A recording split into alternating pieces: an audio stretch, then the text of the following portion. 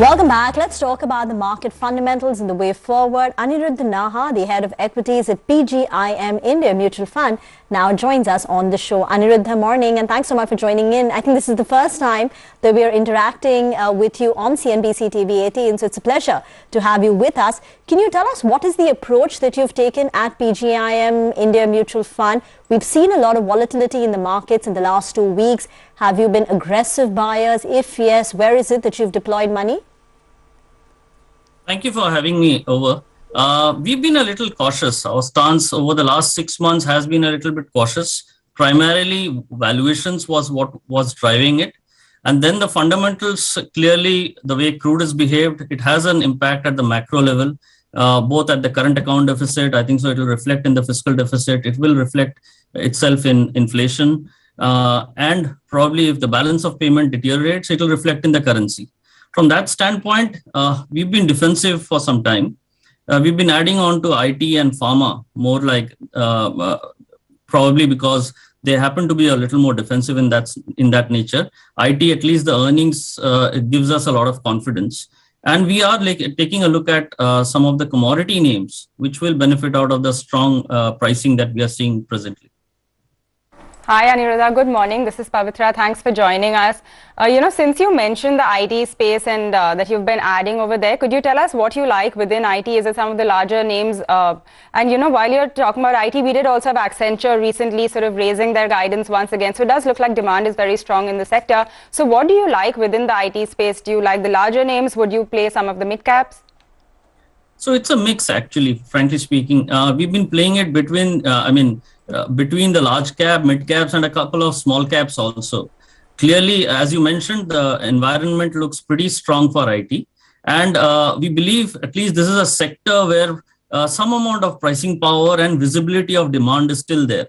Margins could take some bit of a knock, 50, 100 bips here and there, would still be better than a lot of other sectors where clearly, the value chains are getting disrupted. And from that perspective, I think so IT would be a pretty stable sector to own and be overweight as of now. What is your outlook now for mid and small caps? Do you think this rally has more legs?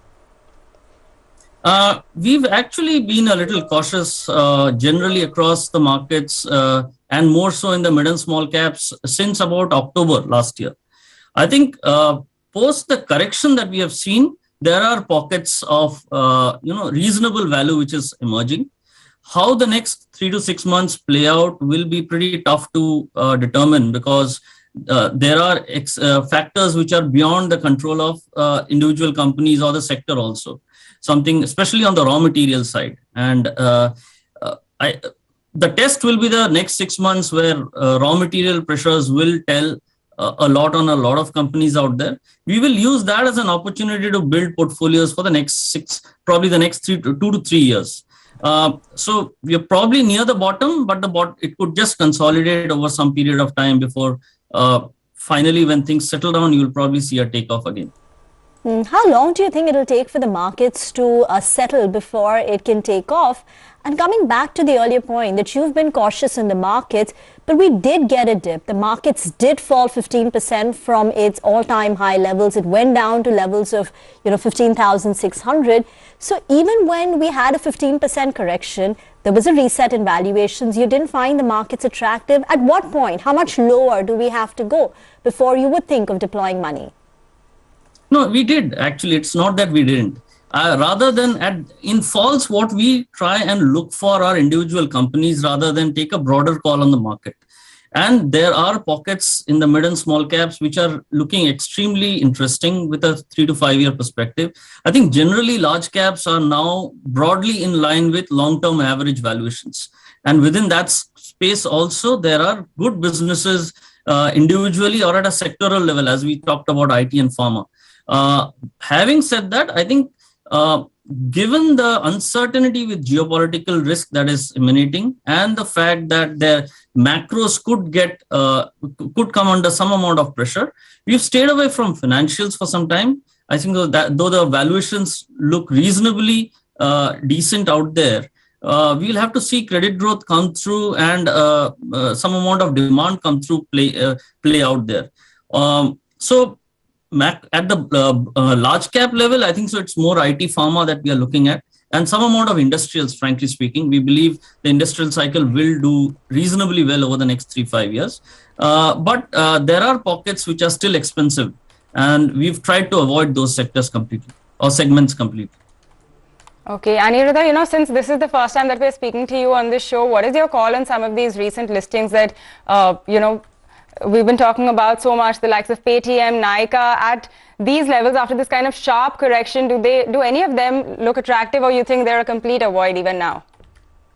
See, frankly, to give you a sense of how we look at businesses, the most important parameter according to us is what is the historical operating cash flow generation the company has gone through. And it's just not this year. We look at the history of a business, and in 70% of the time frame of a company, of the history of a company, we want companies to have positive OCF, and they must have clean balance sheets. So we've been probably one set of a few fund houses who have actually stayed away completely from some of these new gen businesses. In fact, we've stayed away from most of the IPOs also, just purely from a valuations perspective. We believe these companies could be very interesting once they start generating OCF, frankly speaking. So we have to wait through for a time frame when we start seeing operating cash flows come through, positive operating cash flows, a good set of clean balance sheets. And we would start evaluating some of them at that point. All right, Aniruddha, thanks a lot for joining us today and speaking to us about your call on the market and some of these individual sectors. We, of course, look forward to having you on the show again. But moving on now.